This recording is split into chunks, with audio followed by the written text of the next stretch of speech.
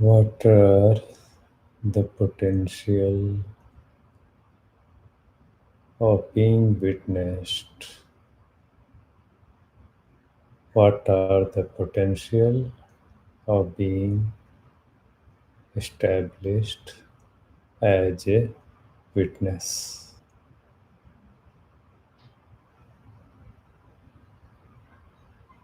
Once we fully understand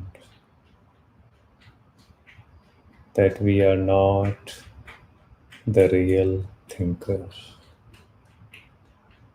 we are not the real doer. As dreams come in night, thoughts come in daytime while we are awake. As dreams happen on their own without our conscious will, intention, control, or participation, so do thoughts. Thoughts too occur without our conscious will, without our conscious intention. That's why we can get repetitive thought, dysfunctional thought, anxious, angry, painful, stressful, unhelpful, unintelligent thoughts because we are not running it. Just as we are not running our digestion, our breathing, we are not running our thinking.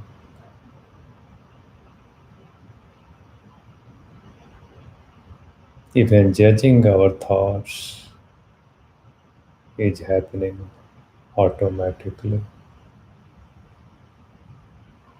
Even blaming ourselves for our thoughts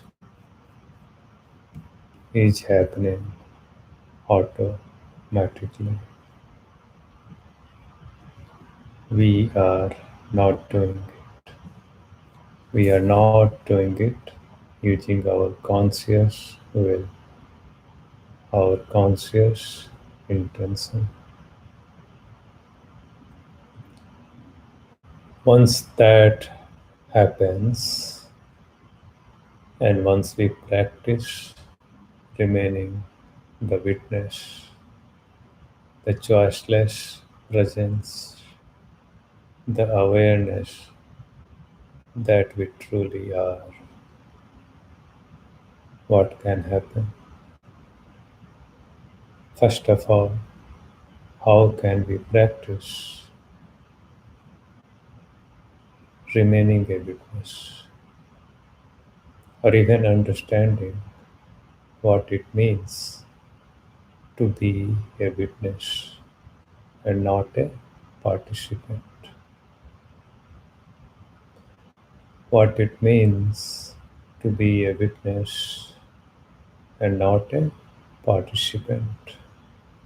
Be a witness and not someone who is engaged, not someone who is attached, not someone who is chasing. What a witness is, what a real neutral witness is. Think of a football team referee, football match referee. Think of a cricket match umpire. In order to be really good, an umpire, a referee, needs to be truly alert, truly watchful, need to pay close attention, need to remain attentive, and really see, really witness what is happening, and not be interested in a particular happening or it to happen in one way or another. Its interest should lie only in noting down what is really happening. Be that to yourself, be that neutral observer to your thinking, to the thoughts that are arising. You are not trying to prefer one, you are not trying to discourage one, you are not trying to start one, you are not trying to stop one. You are observing, noting down, taking everything into account, and just noting them down. That is how you can understand what a witness, what an observer is, by learning to watch, by learning to watch without attachment, without wanting certain thought, without resisting certain thoughts, without changing certain thoughts. Your job is to simply observe, note down.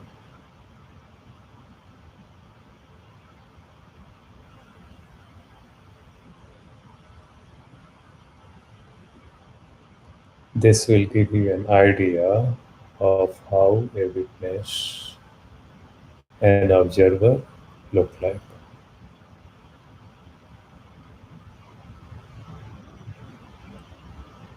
Once this practice deepens, you would notice that there is some time, some period in which you are not getting habitual, repetitive thoughts. And with practice, as long as you stay like an umpire, like a referee, you stay neutral, this gap of no habitual thinking is likely to increase. Where can this lead to? Again, thinking of what happens in night time is really useful and insightful in this case. In night time, you get dreams, in daytime, you get thoughts. In night time, dreaming happens, in daytime, thinking happens. You are aware of your dreams, you are aware of your thoughts. You are awareness. So, what's the difference between what happens in night and what happens in day? In the night time, dreams come, dreams get over, and then they are gone. There is no automatic judging of them. There is no judging of dreams to be good or bad. And there is no feeling of blame or guilt. There is no complaint or thinking about why did I have this dream or why did I dream that way. There is no feeling of doership. There is no feeling or thinking that I did my dreaming. And because of that, we do not go in another layer of thinking, blaming, guilt, or related feeling of pride. And as soon as dreams are over, we are in deep, dreamless sleep.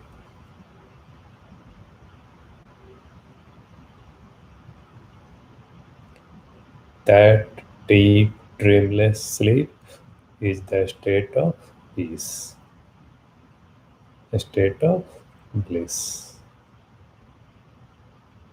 a state of nothingness, a state of emptiness, pure awareness.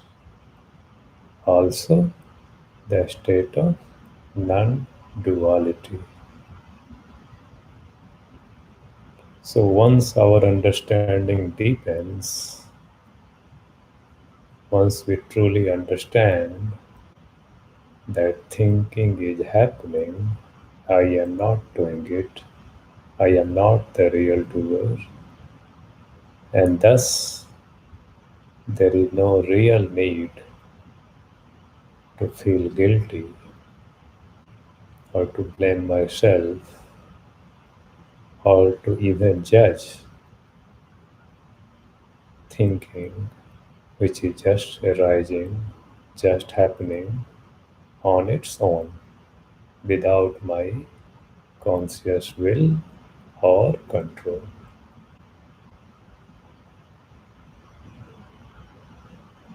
And with that understanding, automatic, habitual judging, blaming can stop.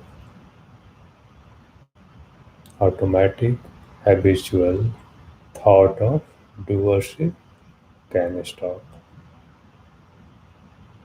And once that stops, thoughts can still come. Again, there is a potential, there is a possibility of peace. Peace that usually we only experience in night time during deep, dreamless sleep. And that state is the state of non duality, of peace, of bliss. That is the state that Ramana talks about. That is the state that many non dual masters, non dual gurus talk about. And with practice, with witness being firmly established, feeling of doership finally understood to just be a fiction, just be a false assumption, false belief. It is possible that we can get into that state, just as in night times. Dreams come, dreams go, and once dreams are gone, there is peace. Once the feeling of doership is gone, belief of doership is gone, and its resultant judging, blaming, guilt tripping is gone, thinking can come, thinking can go, and then there is peace. I am awareness. I am choiceless witness. I am awareness right now. I am only awareness. I am only awareness right now. I am not the real thinker. I am not the real doer. Almost everything is automatic, including listening of this message, comprehension of this message, understanding of this message, and response, reactions, feelings, emotions that are arising right now.